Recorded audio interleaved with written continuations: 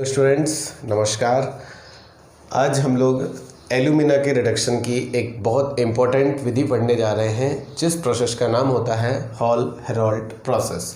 क्या होती है ये हॉल हेरोल्ड प्रोसेस, आइए इसके बारे में जानते हैं। देखो, लास्ट वीडियो में हम लोग इसके बारे में डिस्कस कर चुके थे कि हमको बॉक्साइट ओर से प्योर एंड ड्राई एल्यूमिना कैसे मिलता है। तो मैं लास्ट वीडियो में ये सारी चीज़ें बता चुका था आपको।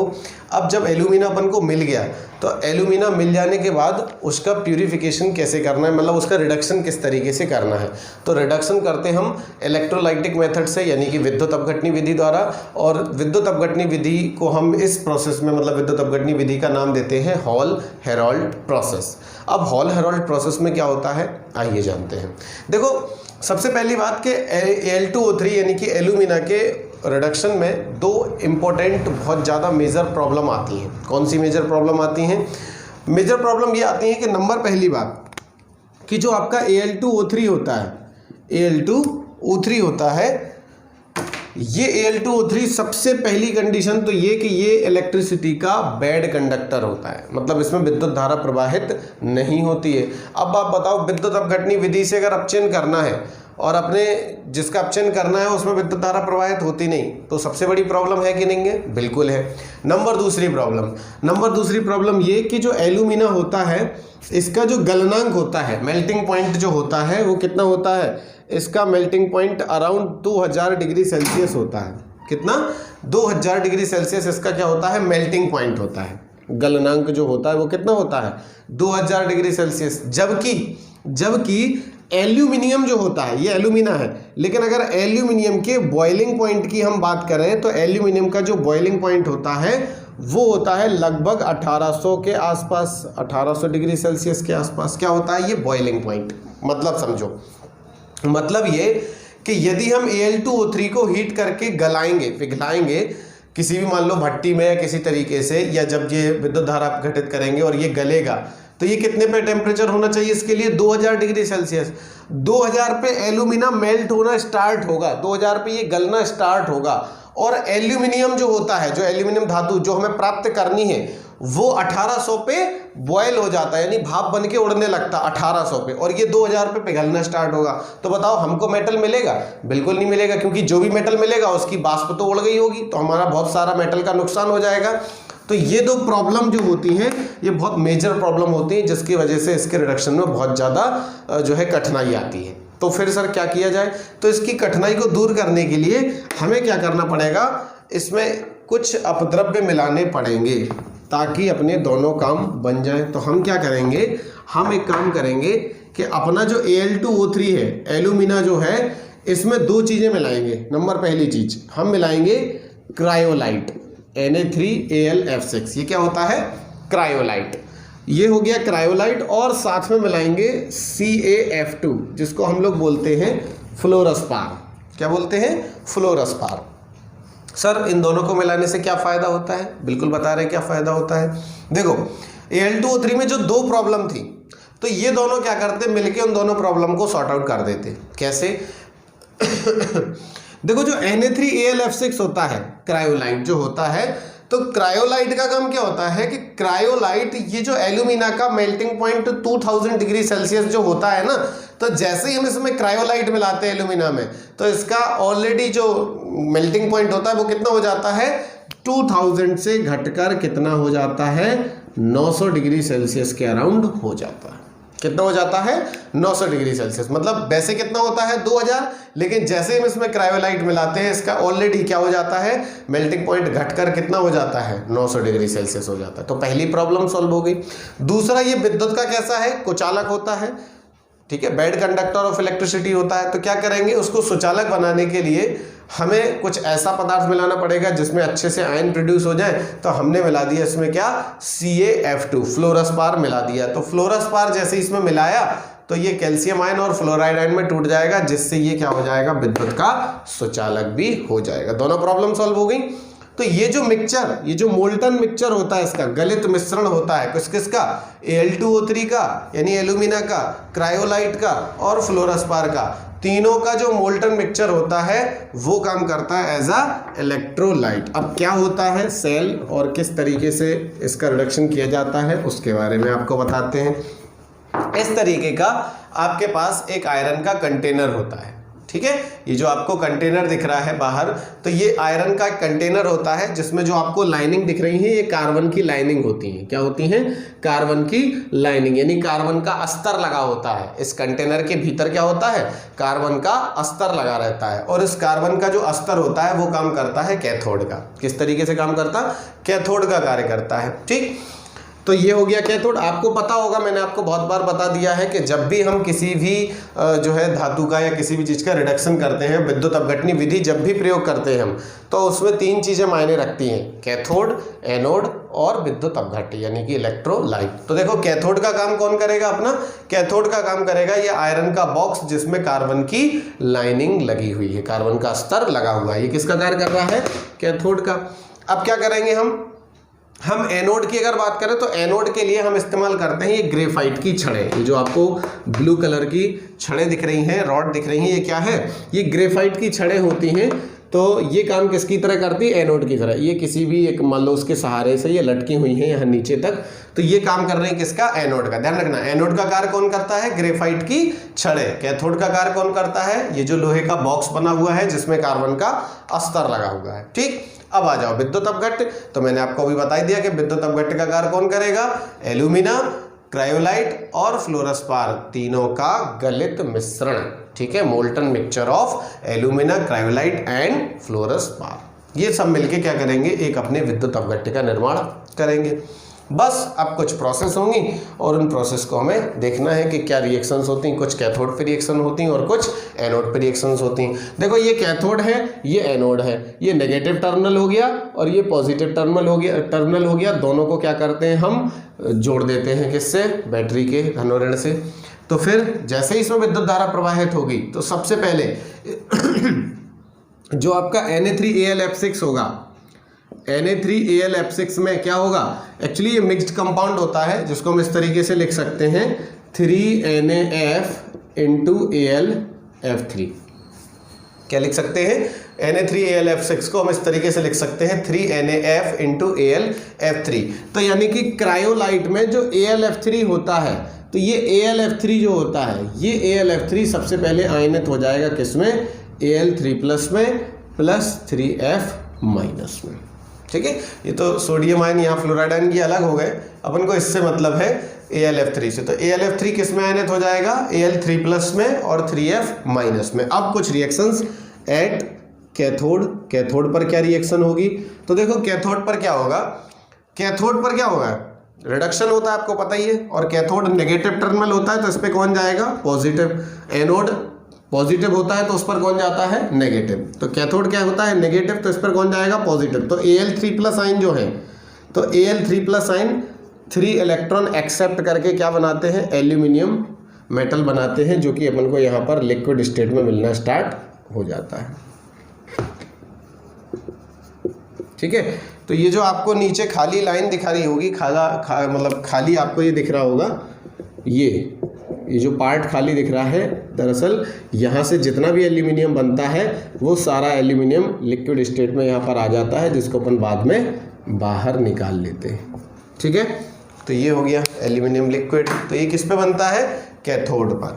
फिर बात करें अगर हम एट एनोड, एनोड पर क्या होगा? तो देखो एनोड पर क्या होगा? ये फ्लोराइड आयन जो है, तो ये फ्लोराइड आयन, 2 फ्लोराइड आयन जो है वो क्या करते हैं? यहाँ पर फ्लोरीन गैस का निर्माण करते हैं। 2 फ्लोराइड आयन क्या करेंगे? फ्लोरीन गैस का निर्माण करेंगे, 2 इलेक्ट्रॉन त्याग करके, ठीक है। अब ये जो फ्लोरीन गैस है, ये जो फ्लोरीन गैस बनी, ये फ्लोरीन गैस वापस से अटैक करती है किसके ऊपर? Al2O3 के साथ रिएक्शन करती है। तो फ्लोरीन गैस Al2O3 के साथ रिएक्ट करके क्या बनाएगी? आपका ये फिर से बनाएगी Al_F3 और प्लस साथ में ऑक्सीजन गैस। ये 2 हैं तो यहाँ पर हम 2 कर लेते, ये 6 हो गए, तो ये हो जाएगा अपना 3/2, ठीक है। तो ये क्या हुआ कि फ्लोरीन गैस जो बनी तो फ्लोरीन गैस ने वापस से किससे क्रिया करी, Al2O3 से, और Al2O3 से क्रिया करके क्या बनाएगा, फिर से बनाएगा AlF3 और साथ में ऑक्सीजन गैस। और ये जो AlF3 है ये वापस से फिर से काम आएगा कहाँ पर, कैथोड में काम आएगा। AlF3 कहाँ काम आएगा, कैथोड में फिर से काम आएगा। फिर से ये टूट जाएगा, मतलब यहाँ से ये फिर से टूट जाएगा AlF3 Al3+ और 3F- में, और ये फिर से बनाएगा एल्यूमिनियम लिक्विड। तो जितना भी एल्यूमिनियम है वो सब यहाँ बनता रहता है। अब ये ऑक्सीजन गैस बड़ा कमाल का काम करती है। ऑक्सीजन गैस क्या करती है, जैसे ही ऑक्सीजन गैस इसमें बनेगी तो ये जो कार्बन की छड़ें यानी ग्रेफाइट की छड़ें हैं, तो इन कार्बन की छड़ों पर ये अटैक करेगी, यानी कि कार्बन की छड़ जो हो गई और इन पे ऑक्सीजन गैस अटैक करके क्या बनाएगी, CO2। तो CO2 बना के ये कार्बन की छड़ें धीरे धीरे क्या हो जाएंगी, खत्म होने लगेंगी। तो जैसे जैसे कार्बन की छड़ें खत्म होती हैं तो ये यहाँ से जैसे ऊपर पहुँचती हैं तो ये यहाँ पर कार्य करना बंद कर देता है, ये प्रोसेस यहाँ पर बंद हो जाती है। तो समय समय पर हमें क्या करना पड़ता है, इन ग्रेफाइट की छड़ों को बदलना पड़ता है। एनोड जैसे ही खत्म हो जाएगा तो हमें ग्रेफाइट की छड़ों को बदलना पड़ता है। और ये जो एल्यूमिना यहाँ पे जितना खत्म होता जाएगा तो यहाँ से जो भी एल्यूमिना बनेगा, मतलब सॉरी, यहाँ जैसे ही अपना एल्यूमिनियम खत्म होगा तो ये जो एल्यूमिना है ये फ्लोरीन गैस से रिएक्शन करके AlF3 बनाएगा, और AlF3 वापस से यहाँ पर वही Al3+ आयन और 3F- में टूट जाएगा। ध्यान रखना, थोड़ा सा इसकी कॉम्प्लिकेटेड बनती है मैकेनिज्म, ठीक तरीके से ज्ञात भी नहीं है एक्चुअली ये, बट हाँ जितनी है ऐसे ही आपको समझना है, इसमें सफिशिएंट है। ठीक, तो ये ग्रेफाइट की छड़ जो होती हैं ये ऑक्सीजन के साथ क्रिया करके क्या होती हैं, कार्बन डाइऑक्साइड के रूप में उड़ जाती हैं। ओवरऑल अगर हम नेट रिएक्शन लिखें तो हम इस तरीके से लिख सकते हैं कि एल्यूमिना यानी कि Al2O3 जिसका अगर हम रिडक्शन करें, अपचयन करें, तो हमें क्या मिलता है, इसके अपचयन से कैथोड पर क्या प्राप्त होता है, कैथोड पर प्राप्त हो रहा है एल्यूमिनियम, और एनोड पर क्या प्राप्त हो रही है, ऑक्सीजन गैस। एनोड पर क्या प्राप्त हो रही है, ऑक्सीजन गैस। तो कुल मिला के इसको बैलेंस कर लो तो ये हो जाएगा 2Al और ये हो जाएगा 3/2, और आप चाहो तो 2 का गुणा इसमें कर दो, तो इस तरीके से हो सकता है कि 2Al2O3 gives you 4Al + 3O2। तो हम बोल सकते हैं कि एल्यूमिना का रिडक्शन करने पर कैथोड पर एल्यूमिनियम तथा एनोड पर ऑक्सीजन गैस प्राप्त होती है। ये जो एल्यूमिनियम मिलता है इसकी प्योरिटी लगभग 99.8% के आसपास इसकी प्योरिटी होती है, यानी इतना शुद्ध होता है। तो ये प्रोसेस है, एक बार आप भूल ना जाओ, मैं आपको फिर से बता दे रहा हूँ क्या क्या करना है इसमें। आपको ध्यान रखना बस 3 चीज़ें। कैथोड का कार्य करता है, आयरन का एक बॉक्स होता है जिसमें कार्बन का स्तर लगा रहता है, वो कैथोड का कार्य करता है। एनोड के लिए हम ग्रेफाइट की छड़ों का इस्तेमाल करते हैं, तो इस तरीके से ये एनोड का कार्य करता है। और विद्युत अपघट्य का कार्य करता है एल्यूमिना, क्रायोलाइट तथा फ्लोरस्पार का गलित मिश्रण। ठीक है, ये सब यहाँ पर तीनों का मिश्रण यहाँ पे कार्य करता है। सबसे पहले विद्युत धारा जैसे ही हम प्रवाहित करते हैं तो क्रायोलाइट में से जो AlF3 होता है, AlF3 आयनित हो जाता है Al3+ में और 3F- में। फिर कैथोड पर रिएक्शन होती है, तो कैथोड पर चूंकि कैथोड नेगेटिव चार्ज होता है, नेगेटिवली चार्ज होता है, तो इस पर ये Al3+ आएगा, 3 इलेक्ट्रॉन क्या करेगा, गेन करके एल्यूमिनियम लिक्विड बनाएगा। तो जो खाली पार्ट होता है यहाँ आपको एल्यूमिनियम मिलने लगता है।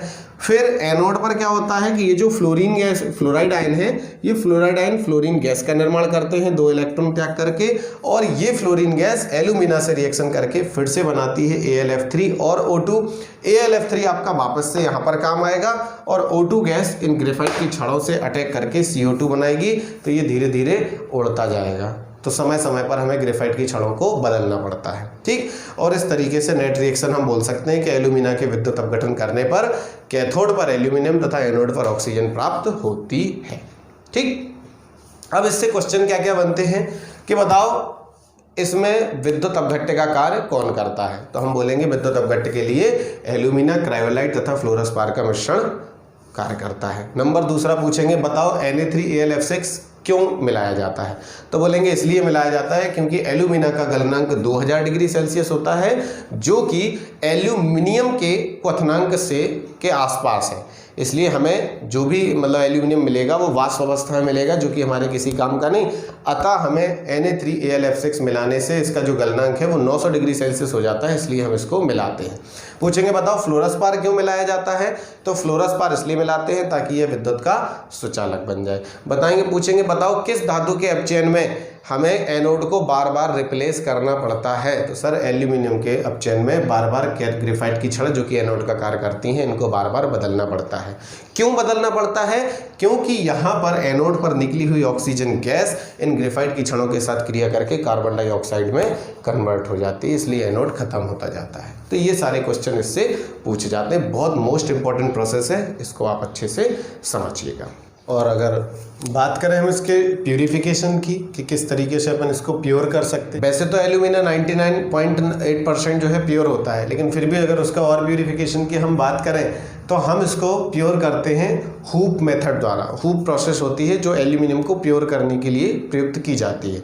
इसमें क्या होता है, देखो मैं रफ टाइप का एक मैं आपको बता रहा हूँ कि इस तरीके से होता है कि इसमें आपको एक कंटेनर होता है। तो सबसे निचली परत में कंटेनर के 3 परतों में डिवाइड होता है। तो सबसे निचली परत में यहाँ पर क्या करते हैं, हम इम्प्योर एल्यूमिनियम भर देते हैं। जो भी हमने हॉल हेरोल्ड प्रोसेस से एल्यूमिनियम प्राप्त किया था वो इम्प्योर एल्यूमिनियम यहाँ पर हम रख देते हैं, जो एनोड की तरह कार्य करता है। मतलब इसमें भी हम एक कॉपर की रॉड लगाते हैं, उसके बाद ये किसकी तरह कार्य करता है, एनोड की तरह कार्य करता है। ठीक, सबसे ऊपर की जो परत होती है, तो ऊपर की परत में हम प्योर एल्यूमिनियम भर देते हैं। शायद आपको याद होगा, मैंने आपको जो है मेटलर्जी जब मैं बता रहा था तो उसमें आपको मैंने बताया था कि जब भी हमें मतलब इलेक्ट्रोलाइटिक मेथड द्वारा किसी भी मेटल का मतलब प्योर करना हो, उसको प्यूरिफिकेशन करना हो, तो हम क्या करते हैं, हम इम्प्योर मेटल का एनोड बनाते हैं और उसी मेटल की एक प्योर स्ट्रिप का हम कैथोड बनाते हैं। मैंने आपको कॉपर का करके भी बताया था, सेम ऐसे ही। तो इम्प्योर एल्यूमिनियम का हमने एनोड बना लिया और प्योर एल्यूमिनियम का हमने कैथोड बना लिया। ठीक, अब इलेक्ट्रोलाइट का काम कौन करता है यहाँ पे? इलेक्ट्रोलाइट का काम यहाँ पर कर रहा है सोडियम फ्लोराइड, बेरियम फ्लोराइड और एल्यूमिनियम फ्लोराइड का मोल्टन मिक्सचर। मोल्टन यानी गलित मिश्रण। तो इन सब का गलित मिश्रण जो है वो कार्य कर रहा है किसकी तरह? इलेक्ट्रोलाइट की तरह। तो ये कार्य किसकी तरह कर रहा है? इलेक्ट्रोलाइट की तरह। अब होता क्या है यहाँ पर वो समझिए आप। देखो कुछ नहीं है, बड़ा सिंपल है ये प्रोसेस। इसमें जैसे ही हम इलेक्ट्रिसिटी प्रवाहित कराते हैं, यहाँ देखो हम एक ग्रेफाइट का कैथोड लगा लेते हैं, ग्रेफाइट की छड़ लगाते हैं, वो कैथोड का कार्य करती है। यहाँ कॉपर की छड़ लगाते हैं, वो एनोड का कार्य करती। दोनों को हम बैटरी से यहाँ से इस तरीके से जोड़ देते हैं। तो होता क्या है कि जैसे ही विद्युत धारा प्रवाहित करेंगे तो ये बीच की परत में जितना भी एल्यूमिनियम रहेगा वो एल्यूमिनियम यहाँ से निक्षेपित हो जाएगा उन छड़ों पर, जो ग्रेफाइट की हमने छड़ें लगाई हैं उन छड़ों पर यहाँ से क्या हो जाएगा, निक्षेपित हो जाएगा। ठीक है, यानी ऊपर चिपक जाएगा। और जितना एल्यूमिनियम यहाँ से यहाँ शिफ्ट हो गया है उतना ही एल्यूमिनियम यहाँ, इम्प्योर एल्यूमिनियम से उतना ही एल्यूमिनियम यहाँ से यहाँ आ जाएगा। और यही प्रोसेस कंटिन्यू चलती रहती। यहाँ से एल्यूमिनियम पहुँचा वहाँ, और जितना यहाँ से यहाँ गया उतना यहाँ से यहाँ गया। इम्प्योरिटी यहाँ पर रह गई शेष और पूरा एल्यूमिनियम ऊपर वहाँ पर निक्षेपित हो गया। तो ये प्रोसेस कहलाती है हूप विधि। हूप प्रोसेस आपको कहते हैं। ठीक है, तो ये मैंने आपको एल्यूमिनियम का पूरा एक्सट्रैक्शन करके बताया कि किस तरीके से हम एल्यूमिनियम का एक्सट्रैक्शन करते हैं। ओर से लेके बॉक्साइट ओर था हमारे पास में, और प्योर एल्यूमिनियम ओर से लेके एल्यूमिनियम निकालने तक का पूरा प्रोसेस मैं आपको समझा चुका हूँ। अब आने वाले वीडियोज़ में मैं आपको कॉपर का, आयरन का, जिंक का, इस तरीके की और जो है मेटल का एक्सट्रैक्शन करना सिखाऊंगा। तब तक के लिए देखते रहिए हमारा चैनल। जिन लोगों ने अभी तक सब्सक्राइब नहीं किया है वो सब्सक्राइब जरूर कर लें, बेल आइकन दबा दें, ताकि आपको जो भी मैं वीडियो अपलोड करूं उसकी नोटिफिकेशन आप तक बराबर मिलती रहे। Thank you.